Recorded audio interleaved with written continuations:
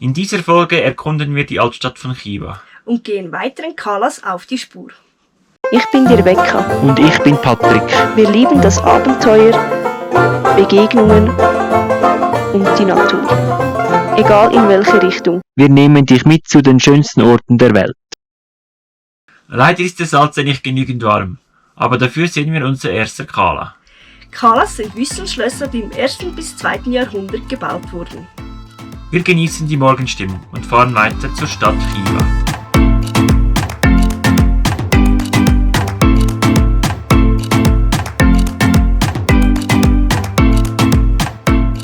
Wir laufen durch das mächtige Stadttor durch und kommen in eine andere Welt an.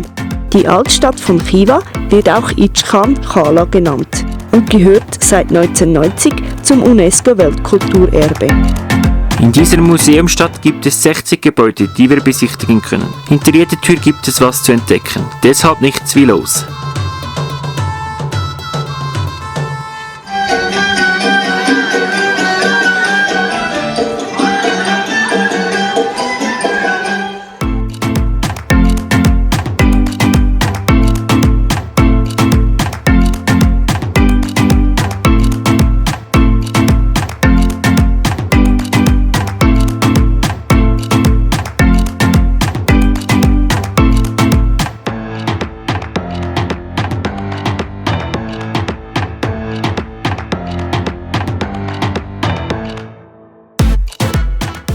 Das Herzstück dieses Baus ist ein großer Raum, welcher von einer gewaltigen blauen Kuppel im timurdischen Stil überdacht ist.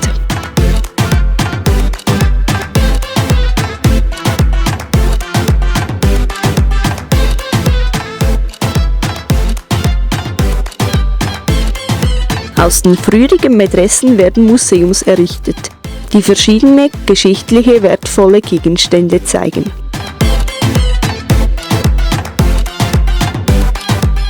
Die Konya Ark Zitadelle besteht aus einem Komplex mit mehreren Höfen und beinhaltet ein Haus für den Khan und seine Familienmitglieder sowie die Diener. Und wir lauschen hier der musikalischen Unterhaltung, die hier geboten wird.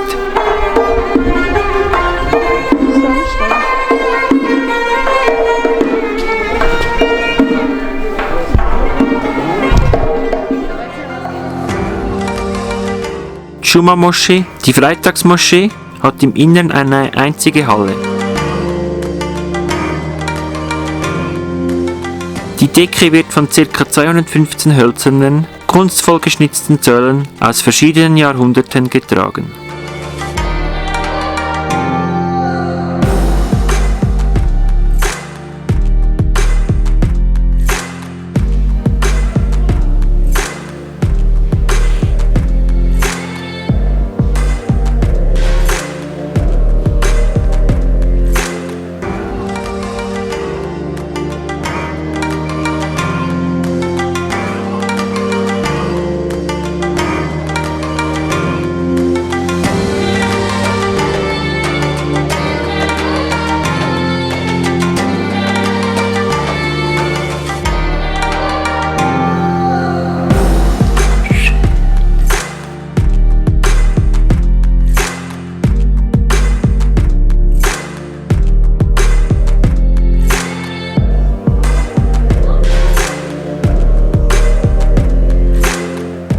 Die Kunst des Holzschnitzens wird auch heute noch praktiziert und gelernt.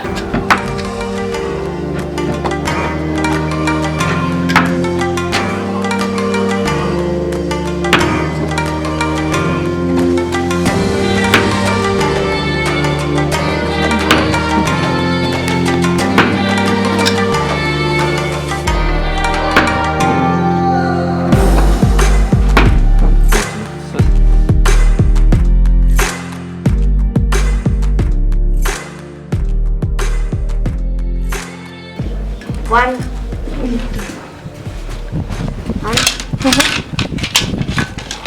Two.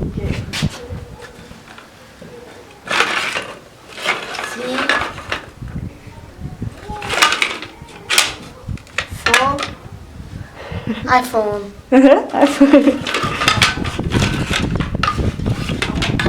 Five. Cool.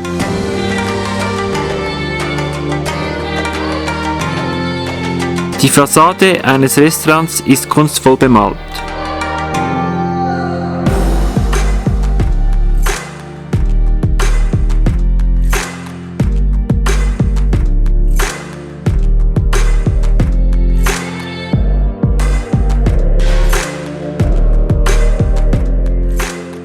Wir stärken uns mit einem traditionellen Essen, einem Plov.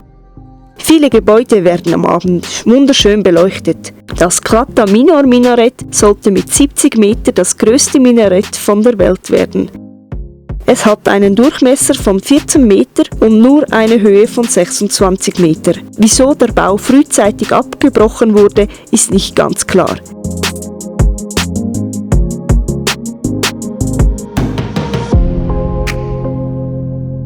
Einer Legende nach wollte der Emir von Buchara ein noch höheres Minarett errichten lassen und hat dafür den gleichen Architekten aus Khiva beauftragt. Als Khan Muhammad Amin davon hörte, ordnete er an, den Architekten gleich nach der Fertigstellung des Gebäudes ermorden zu lassen. Der Architekt bekam aber Wind von diesem Plan und beschloss zu fliehen und hat das Minarett unvollendet hinterlassen. Neuer Tag in der Altstadt. Denn ein Tag ist viel zu wenig, um alles zu entdecken.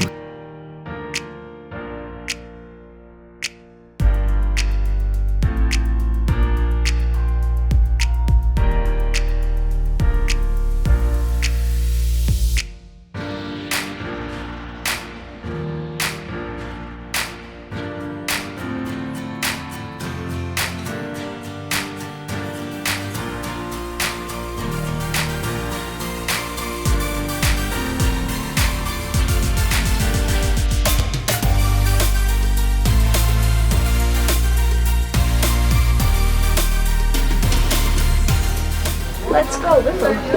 100 Stufen?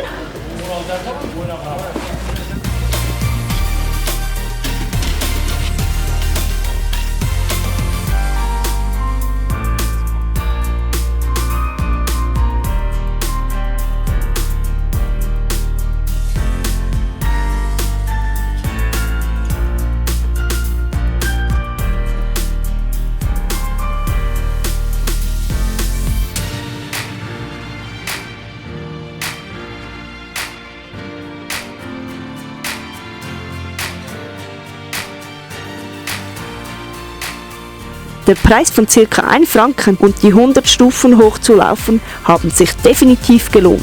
Die Aussicht über die Stadt ist einfach fantastisch.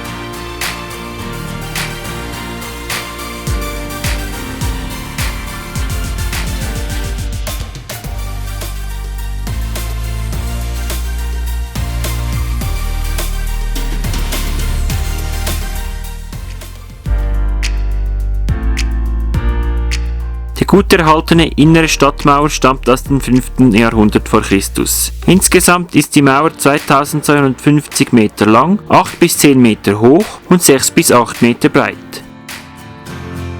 Alle 30 bis 40 Meter wurden halbkreisförmige Vorsprünge als Schutztürme errichtet. Ursprünglich gab es vor der Mauer auch ein Wassergraben. Von hier aus genießen wir den Ausblick über die Stadt und den Sonnenuntergang.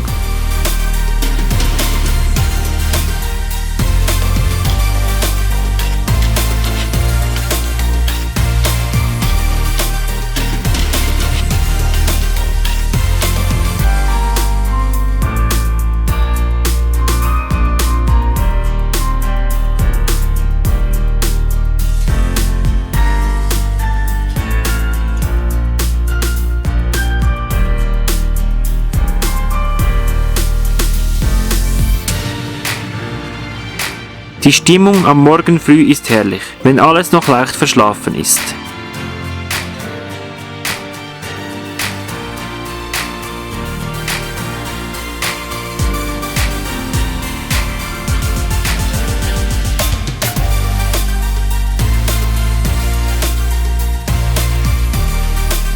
Wir machen uns auf die Wüstenschlössersuche und sehen immer wieder Eselkarren als Transportmittel. Wir fahren in die Wüste Karakal, Pakistan und erreichen Kizil Kala. Unser erster Gedanke, dieses Wüstenschloss wurde überrestauriert. Doch später werden wir verstehen, wieso das es nötig ist. Aber jetzt schauen wir uns erstmal genauer um. Der Wind weht über die Fläche, einfach zu stark. Da habt ihr nicht viel verstanden. Wir stehen hier auf der Kizil Kala. Es gibt in der Gegend ca. 26 Wüstenschlösser aus Lehm. Dieses wurde im 1. bis 2. Jahrhundert nach Christus gebaut.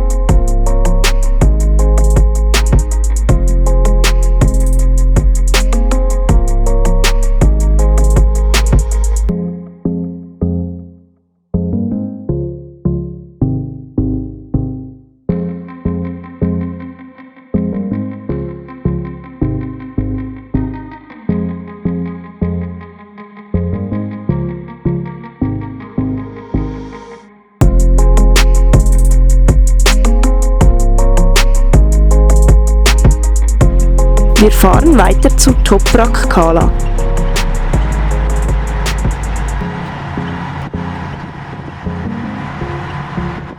Die ehemalige Pracht dieses Wüstenschlosses ist nur schwer zu erkennen.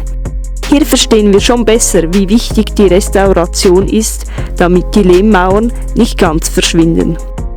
Wir machen uns auf den Weg zu unserem Übernachtungsplatz und dem Wüstenschlösser Ayaz Kala.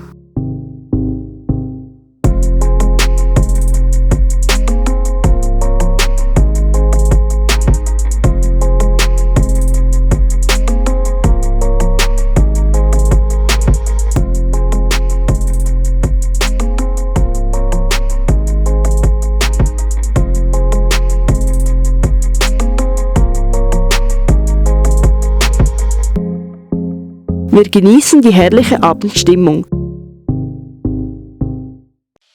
und werden am Morgen von frostigen Temperaturen überrascht. Ja, die Wüste Karakal, Pakistan, zeigt sich heute von einer anderen Seite. Es ist ja auch schon Mitte Dezember.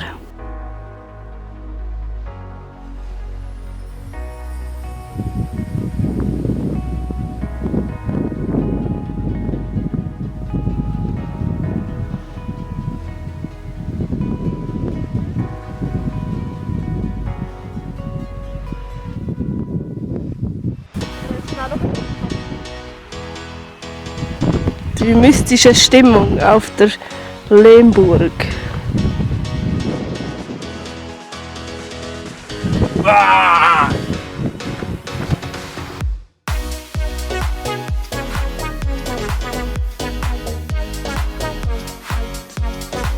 Von der großen Kirk Kizil Kala erkennt man leider nicht mehr so viel. In dem sehen wir nur noch die Eckpfeiler und ganz knapp zu erkennen die Umrandungsmauern, den Grundriss dieser Burg.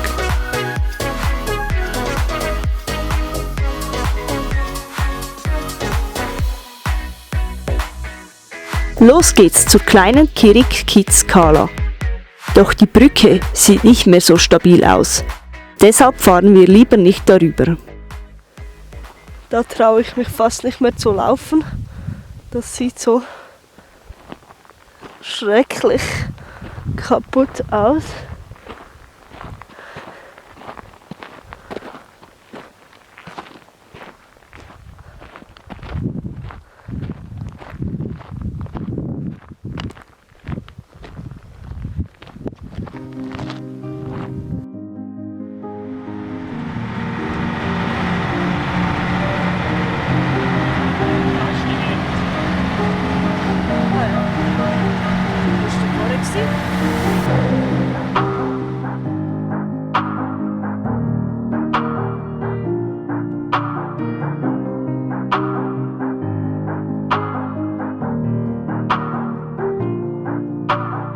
Bei Kultursun Kala erleben wir die Kunst des Renovierens, gleich vor Ort. Der Bauchef zeigt uns dieses Wüstenschloss.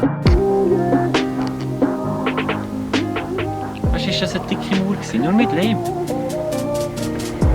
Die hat zwar Uhren kaputt gemacht, aber wenn die Kanone reingeschossen hat, ist sie nicht kaputt, wahrscheinlich nicht zusammengekippt.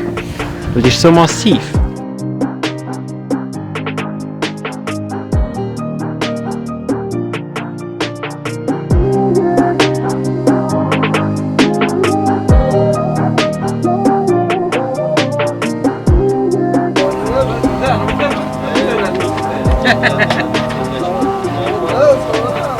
Параси знаешь?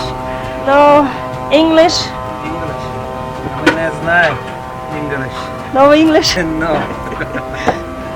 Die Lehmziegel sind inzwischen maschinell gemacht, aber trotzdem bleibt noch sehr viel Handarbeit übrig. Die Truppe ist ein eingespieltes Team. Sie haben die Kitzil Kala renoviert, die wir als erstes angeschaut haben. Auto, Schweizer. Schweizaria, Austria, Kroatien, Greece, Türkei, Georgia, Russia, Mongolia, Kasachstan, Usbekistan.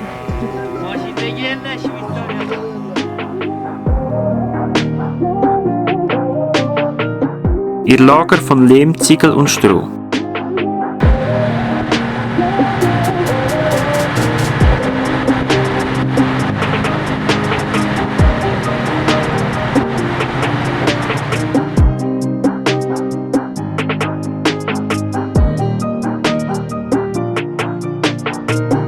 Unsere Wüstenschlösser-Tour neigt sich dem Ende zu. Und somit auch leider das Video. Wir freuen uns, wenn du auch nächste Woche wieder mit dabei bist auf den Spuren der Seiderstraße. Bis dann, tschüss!